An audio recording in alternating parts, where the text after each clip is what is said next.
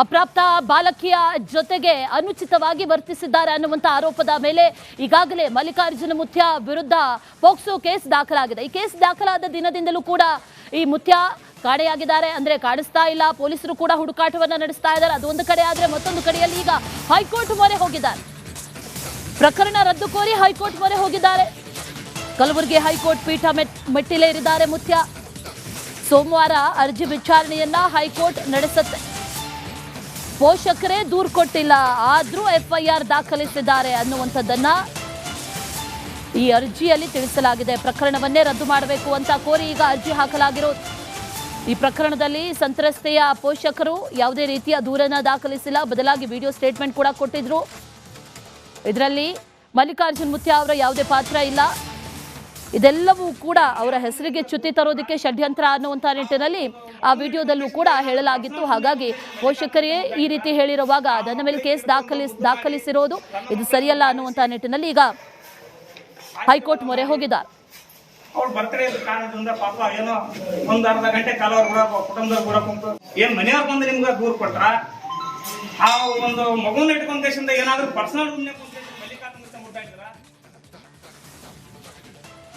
ಒಂದು ಕಡೆಯಲ್ಲಿ ಮಲ್ಲಿಕಾರ್ಜುನ್ ಮುತ್ಯ ವಿರುದ್ಧ ಈಗಾಗಲೇ ಪೋಕ್ಸೋ ಕೇಸ್ ದಾಖಲಾಗಿದೆ. ಮತ್ತೊಂದು ಕಡೆಯಲ್ಲಿ ಈಗಾಗಲೇ ಮಲ್ಲಿಕಾರ್ಜುನ್ ಮುತ್ಯ ಕಾಣಿಸ್ತಾ ಇಲ್ಲ, ಎಲ್ಲಿದ್ದಾರೆ ಅನ್ನೋದು ಕೂಡ ಗೊತ್ತಿಲ್ಲ. ಆದರೆ ಮಠದಲ್ಲಿ ಭಕ್ತರು ಈಗ ಸಭೆ ಸೇರಿದ್ದಾರೆ.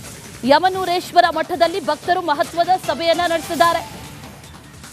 ಮರಹಲ ರೋಜಾ ಗ್ರಾಮದ ಯಮನೂರೇಶ್ವರ ಮಠ, ಮಹರ್ ರೋಜಾ ಗ್ರಾಮದ ಯಮನೂರೇಶ್ವರ ಮಠ, ಆ ಮಠದಲ್ಲಿ ಈಗ ಭಕ್ತರು ಮಹತ್ವದ ಸಭೆ ನಡೆಸಿರೋದು.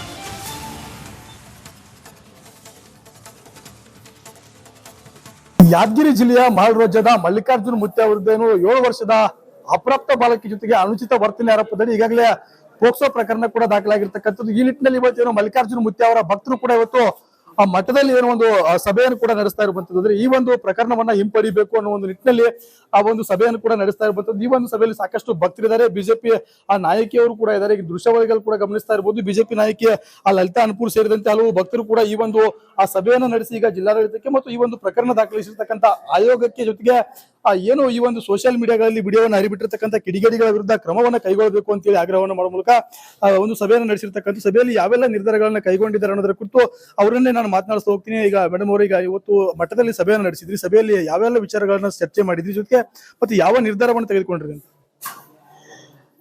ಇಲ್ಲಿ ಬರ್ತಕ್ಕಂಥ ಎಲ್ಲಾ ಭಕ್ತಾದಿಗಳಿಗೆ ಈ ಒಂದು ಕೇಸ್ ದಾಖಲೆ ಮಾಡಿರ್ತಕ್ಕಂಥ ಬಹಳ ನೋವನ್ನ ತಂದಿರ್ತಕ್ಕಂಥದ್ದು.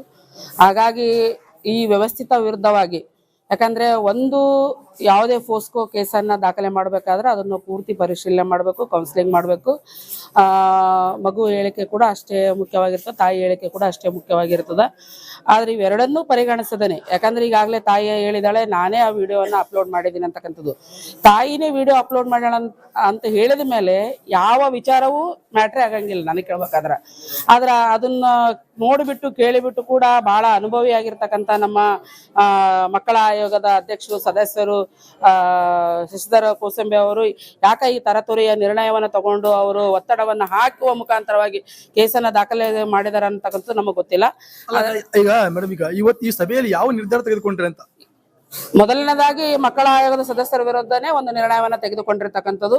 ಯಾಕೆ ಈ ಮಾತನ್ನ ಹೇಳ್ತೀವಿ ಅಂದ್ರೆ, ಒಂದು ಮಠದಲ್ಲಿ ಮಠ ಅಂದ ತಕ್ಷಣ, ಒಬ್ಬ ಮುತ್ಯ ಅಂದ ತಕ್ಷಣ ಅವರ ವೈಯಕ್ತಿಕ ಅಷ್ಟೇ ಆಗಂಗಿಲ್ಲ, ಲಕ್ಷಾಂತರ ಜನರ ಭಕ್ತಾದಿಗಳ ಒಂದು ಅವರ ಭಕ್ತಿ ಭಾವನೆಗೆ ಧಕ್ಕೆ ತರುವಂತ ಕೆಲಸ ಆಗಿರ್ತ. ಹಾಗಾಗಿ ಇದನ್ನ ಕೇಸನ್ನ ಮಾಡಿರ್ತಕ್ಕಂಥವ್ರು ಅವರು ಆ ಕೇಸನ್ನ ಹಿಂಪಡಿಬೇಕು ಮೊದಲನೇದಾಗಿ. ಎರಡನೇದಾಗಿ ಮುತ್ಯವರಿಗೆ ಕ್ಷಮೆ ಕೇಳಬೇಕು. ನಾವು ಮಾಡದೇ ಇದ್ದಲ್ಲಿ ಜಿಲ್ಲಾ ಆಡಳಿತದ ವಿರುದ್ಧವಾಗಿನೇ ಜಿಲ್ಲಾಡಳಿತದ ಕಚೇರಿಯ ಮುಂದೆ ಉಗ್ರವಾದ ಹೋರಾಟವನ್ನ ಸರ್ವ ಭಕ್ತಾದಿಗಳು ಸೇರಿ ಮಾಡ್ತಾ ಇದ್ದೀವಿ. ಈಗ ಈ ಒಂದು ಕೇಸನ್ನ ಹಿಂಪಡೆಯೋದಕ್ಕೆ ಎಷ್ಟು ದಿನ ಟೈಮ್ ಕೊಡ್ತಾ ಇದೀರಿ ಮೇಡಮ್? ಈಗಾಗಲೇ ನನಗೆ ಗೊತ್ತಿರೋ ಪ್ರಕಾರವಾಗಿ ಬಾಲ್ ಭವನದ ಮುಖಾಂತರವಾಗಿ ಮಗು ಮತ್ತು ತಾಯಿಯ ಹೇಳಿಕೆಯನ್ನ ತೆಗೆದುಕೊಂಡಿರ್ತಕ್ಕಂಥದ್ದು ಎಲ್ರಿಗೂ ಗೊತ್ತಿರ್ತಕ್ಕಂಥ ವಿಚಾರ. ಪೊಲೀಸ್ ಸ್ಟೇಷನ್ ಗೋಗಿ ಪೊಲೀಸ್ ಸ್ಟೇಷನ್ ಅಲ್ಲಿ ಕೂಡ ಸುಮಾರು ಸಂಜೆವರೆಗೆ ಕುಂದಿಸ್ಕೊಂಡ್ಬಿಟ್ಟು ಅಲ್ಲಿ ಕೂಡ ಹೇಳಿಕೆಯನ್ನ ತಗೊಂಡಿರ್ತಕ್ಕಂಥದ್ದು ಇದೆ. ಇವೆರಡನ್ನ ಪರಿಗಣನೆಗೆ ತೆಗೆದುಕೊಂಡು ಇಮಿಡಿಯೇಟ್ ಆಗಿ ವರಿಷ್ಠಾಧಿಕಾರಿಗಳು ಒಂದು ಕ್ರಮವನ್ನ ತಗೋಬೇಕಾಗಿತ್ತು. ಆದ್ರೆ ಯಾಕೆ ತಗೋಲಾರ್ದು ಮತ್ತೆ ಸುಮೋಟೋ ಕೇಸ್ ಮಾಡ್ಕೊಂಡಿದ್ದಾರೆ ಗೊತ್ತಿಲ್ಲ. ಅದು ವಾಲಂಟರಿ ಆಗಿ ಮತ್ತೆ ಸುಮೋಟೋ ಕೇಸ್ ಮಾಡ್ಕೊಂಡಿರ್ತಕ್ಕಂಥದ್ದು ಉದ್ದೇಶ ಪೂರ್ವಕ ಆಗಿದೆ. ಇದನ್ನ 2 ದಿನದಲ್ಲಿ ರದ್ದುಪಡಿಸ್ತಾ ಇದ್ದರೆ ನಾವು ಒಂದು ಉಗ್ರ ಹೋರಾಟವನ್ನ ಮಾಡುತ್ತೇವೆ. ಇದು ಏನು ಬಿಜೆಪಿ ನಾಯಕಿ ಲಲಿತಾ ಅನ್ಪುರ್ ಅವರು ಹೇಳ್ತಾ ಇರ್ತಕ್ಕಂಥದ್ದು ಏನು 2 ದಿನಗಳಲ್ಲಿ ಈ ಒಂದು ಪ್ರಕರಣವನ್ನ ರದ್ದುಪಡಿಸದಿದ್ರೆ ಇನ್ನು 2 ದಿನಗಳ ಕಾಲ ಗಡುವನ್ನ ಕೊಟ್ಟಿರ್ತಕ್ಕಂಥದ್ದು, ಗಡುವನ್ನ ಮೀರಿದ್ರೆ ಏನು ಯಾದಗಿರಿ ಜಿಲ್ಲೆಯಾದ್ಯಂತ ಉಗ್ರವಾದಂತಹ ಹೋರಾಟವನ್ನ ಮಾಡುವಂತದ್ದು ಕೂಡ ಎಚ್ಚರಿಕೆಯನ್ನು ನೀಡ್ತಾ ಇರುವಂತದ್ದು. ನಾಗರಾಜ್ ಮುಗ್ದುಂ, ರಿಪಬ್ಲಿಕ್ ಕನ್ನಡ, ಯಾದಗಿರಿ ಕೂಡ ನಡೆಸ್ತಾ ಇರುವಂತದ್ದು. ಈ ಒಂದು ಪ್ರಕರಣವನ್ನ ಹಿಂಪಡಿಬೇಕು ಅನ್ನೋ ಒಂದು ನಿಟ್ಟಿನಲ್ಲಿ ಆ ಒಂದು ಸಭೆಯನ್ನು ಕೂಡ ನಡೆಸ್ತಾ ಇರುವಂತದ್ದು. ಈ ಒಂದು ಸಭೆಯಲ್ಲಿ ಸಾಕಷ್ಟು ಭಕ್ತರಿದ್ದಾರೆ, ಬಿಜೆಪಿ ನಾಯಕಿಯವರು ಕೂಡ ಇದ್ದಾರೆ. ಈ ದೃಶ್ಯಾವಳಿಗಳು ಕೂಡ ಗಮನಿಸ್ತಾ ಇರಬಹುದು. ಬಿಜೆಪಿ ನಾಯಕಿ ಲಲಿತಾ ಅನ್ಪುರ್ ಸೇರಿದಂತೆ ಹಲವು ಭಕ್ತರು ಕೂಡ ಈ ಒಂದು ಆ ಸಭೆಯನ್ನು ನಡೆಸಿ ಈಗ ಜಿಲ್ಲಾಡಳಿತಕ್ಕೆ ಮತ್ತು ಈ ಒಂದು ಪ್ರಕರಣ ದಾಖಲಿಸಿರ್ತಕ್ಕಂಥ ಆಯೋಗಕ್ಕೆ, ಜೊತೆಗೆ ಏನು ಈ ಒಂದು ಸೋಷಿಯಲ್ ಮೀಡಿಯಾಗಳಲ್ಲಿ ವಿಡಿಯೋವನ್ನು ಹರಿಬಿಟ್ಟಿರ್ತಕ್ಕಂಥ ಕಿಡಿಗೇಡಿಗಳ ವಿರುದ್ಧ ಕ್ರಮವನ್ನ ಕೈಗೊಳ್ಳಬೇಕು ಅಂತೇಳಿ ಆಗ್ರಹವನ್ನು ಮಾಡುವ ಮೂಲಕ ಒಂದು ಸಭೆಯನ್ನು ನಡೆಸಿರ್ತಕ್ಕಂಥ ಸಭೆಯಲ್ಲಿ ಯಾವೆಲ್ಲ ನಿರ್ಧಾರಗಳನ್ನ ಕೈಗೊಂಡಿದ್ದಾರೆ ಅನ್ನೋದರ ಕುರಿತು ಅವರನ್ನೇ ನಾನು ಮಾತನಾಡಿಸ್ತಾ ಹೋಗ್ತೀನಿ. ಈಗ ಮೇಡಮ್ ಅವರು, ಈಗ ಇವತ್ತು ಮಠದಲ್ಲಿ ಸಭೆಯನ್ನು ನಡೆಸಿದ್ರಿ, ಸಭೆಯಲ್ಲಿ ಯಾವೆಲ್ಲ ವಿಚಾರಗಳನ್ನ ಚರ್ಚೆ ಮಾಡಿದ್ರಿ, ಜೊತೆಗೆ ಮತ್ತೆ ಯಾವ ನಿರ್ಧಾರವನ್ನು ತೆಗೆದುಕೊಂಡ್ರಿ ಅಂತ? ಇಲ್ಲಿ ಬರ್ತಕ್ಕಂಥ ಎಲ್ಲಾ ಭಕ್ತಾದಿಗಳಿಗೆ ಈ ಒಂದು ಕೇಸ್ ದಾಖಲೆ ಮಾಡಿರ್ತಕ್ಕಂಥ ಬಹಳ ನೋವನ್ನ ತಂದಿರ್ತಕ್ಕಂಥದ್ದು. ಹಾಗಾಗಿ ಈ ವ್ಯವಸ್ಥಿತ ವಿರುದ್ಧವಾಗಿ, ಯಾಕಂದ್ರೆ ಒಂದು ಯಾವುದೇ ಫೋಸ್ಕೋ ಕೇಸನ್ನ ದಾಖಲೆ ಮಾಡಬೇಕಾದ್ರೆ ಅದನ್ನು ಪೂರ್ತಿ ಪರಿಶೀಲನೆ ಮಾಡಬೇಕು, ಕೌನ್ಸಿಲಿಂಗ್ ಮಾಡಬೇಕು. ಮಗು ಹೇಳಿಕೆ ಕೂಡ ಅಷ್ಟೇ ಮುಖ್ಯವಾಗಿರ್ತದೆ, ತಾಯಿ ಹೇಳಿಕೆ ಕೂಡ ಅಷ್ಟೇ ಮುಖ್ಯವಾಗಿರ್ತದೆ. ಆದ್ರೆ ಇವೆರಡನ್ನೂ ಪರಿಗಣಿಸದೇನೆ, ಯಾಕಂದ್ರೆ ಈಗಾಗಲೇ ತಾಯಿ ಹೇಳಿದಾಳೆ, ನಾನೇ ಆ ವಿಡಿಯೋವನ್ನ ಅಪ್ಲೋಡ್ ಮಾಡಿದ್ದೀನಿ ಅಂತಕ್ಕಂಥದ್ದು. ತಾಯಿನೇ ವಿಡಿಯೋ ಅಪ್ಲೋಡ್ ಮಾಡೋಣ ಅಂತ ಹೇಳಿದ ಮೇಲೆ ಯಾವ ವಿಚಾರವೂ ಮ್ಯಾಟ್ರೇ ಆಗಂಗಿಲ್ಲ ನನಗೆ ಕೇಳ್ಬೇಕಾದ್ರೆ. ಆದ್ರ ಅದನ್ನ ನೋಡಿಬಿಟ್ಟು ಕೇಳಿಬಿಟ್ಟು ಕೂಡ ಬಹಳ ಅನುಭವಿ ಆಗಿರ್ತಕ್ಕಂಥ ನಮ್ಮ ಮಕ್ಕಳ ಆಯೋಗದ ಅಧ್ಯಕ್ಷರು, ಸದಸ್ಯರು ಶಶಿಧರ ಕೋಸಂಬೆ ಅವರು ಯಾಕೆ ಈ ತರತುರಿಯ ನಿರ್ಣಯವನ್ನ ತಗೊಂಡು ಅವರು ಒತ್ತಡವನ್ನ ಹಾಕುವ ಮುಖಾಂತರವಾಗಿ ಕೇಸನ್ನ ದಾಖಲೆ ಮಾಡಿದಾರೆ ಅಂತಕ್ಕಂಥದ್ದು ನಮಗೆ ಗೊತ್ತಿಲ್ಲ. ಈಗ ಮೇಡಮ್, ಈಗ ಇವತ್ತು ಈ ಸಭೆಯಲ್ಲಿ ಯಾವ ನಿರ್ಧಾರ ತೆಗೆದುಕೊಂಡ್ರೆ ಅಂತ? ಮೊದಲನೇದಾಗಿ ಮಕ್ಕಳ ಆಯೋಗದ ಸದಸ್ಯರ ವಿರುದ್ಧನೇ ಒಂದು ನಿರ್ಣಯವನ್ನ ತೆಗೆದುಕೊಂಡಿರ್ತಕ್ಕಂಥದ್ದು. ಯಾಕೆ ಈ ಮಾತನ್ನ ಹೇಳ್ತೀವಿ ಅಂದ್ರೆ, ಒಂದು ಮಠದಲ್ಲಿ ಮಠ ಅಂದ ತಕ್ಷಣ, ಒಬ್ಬ ಮುತ್ಯ ಅಂದ ತಕ್ಷಣ ಅವ್ರ ವೈಯಕ್ತಿಕ ಅಷ್ಟೇ ಆಗಂಗಿಲ್ಲ, ಲಕ್ಷಾಂತರ ಜನರ ಭಕ್ತಾದಿಗಳ ಒಂದು ಅವರ ಭಕ್ತಿ ಭಾವನೆಗೆ ಧಕ್ಕೆ ತರುವಂತ ಕೆಲಸ ಆಗಿರ್ತ. ಹಾಗಾಗಿ ಇದನ್ನ ಕೇಸನ್ನ ಮಾಡಿರ್ತಕ್ಕಂಥವ್ರು ಅವರು ಆ ಕೇಸನ್ನ ಹಿಂಪಡಿಬೇಕು ಮೊದಲನೇದಾಗಿ. ಎರಡನೇದಾಗಿ ಮುತ್ಯವರಿಗೆ ಕ್ಷಮೆ ಕೇಳಬೇಕು. ನಾವು ಮಾಡದೇ ಇದ್ದಲ್ಲಿ ಜಿಲ್ಲಾ ಆಡಳಿತದ ವಿರುದ್ಧವಾಗಿನೇ ಜಿಲ್ಲಾಡಳಿತದ ಕಚೇರಿಯ ಮುಂದೆ ಉಗ್ರವಾದ ಹೋರಾಟವನ್ನ ಸರ್ವ ಭಕ್ತಾದಿಗಳು ಸೇರಿ ಮಾಡ್ತಾ ಇದ್ದೀವಿ. ಈಗ ಈ ಒಂದು ಕೇಸನ್ನ ಹಿಂಪಡೆಯೋದಕ್ಕೆ ಎಷ್ಟು ದಿನ ಟೈಮ್ ಕೊಡ್ತಾ ಇದ್ದೀರಿ ಮೇಡಮ್? ಈಗಾಗಲೇ ನನಗೆ ಗೊತ್ತಿರೋ ಪ್ರಕಾರವಾಗಿ ಬಾಲ್ ಭವನದ ಮುಖಾಂತರವಾಗಿ ಮಗು ಮತ್ತು ತಾಯಿಯ ಹೇಳಿಕೆಯನ್ನ ತೆಗೆದುಕೊಂಡಿರ್ತಕ್ಕಂಥದ್ದು ಎಲ್ರಿಗೂ ಗೊತ್ತಿರ್ತಕ್ಕಂಥ ವಿಚಾರ. ಪೊಲೀಸ್ ಸ್ಟೇಷನ್ ಹೋಗಿ ಪೊಲೀಸ್ ಸ್ಟೇಷನ್ ಅಲ್ಲಿ ಕೂಡ ಸುಮಾರು ಸಂಜೆವರೆಗೆ ಕುಂದಿಸ್ಕೊಂಡ್ಬಿಟ್ಟು ಅಲ್ಲಿ ಕೂಡ ಹೇಳಿಕೆಯನ್ನ ತಗೊಂಡಿರ್ತಕ್ಕಂಥದ್ದು ಇದೆ. ಇವೆರಡನ್ನ ಪರಿಗಣನೆಗೆ ತೆಗೆದುಕೊಂಡು ಇಮಿಡಿಯೇಟ್ ಆಗಿ ವರಿಷ್ಠಾಧಿಕಾರಿಗಳು ಒಂದು ಕ್ರಮವನ್ನ ತಗೋಬೇಕಾಗಿತ್ತು.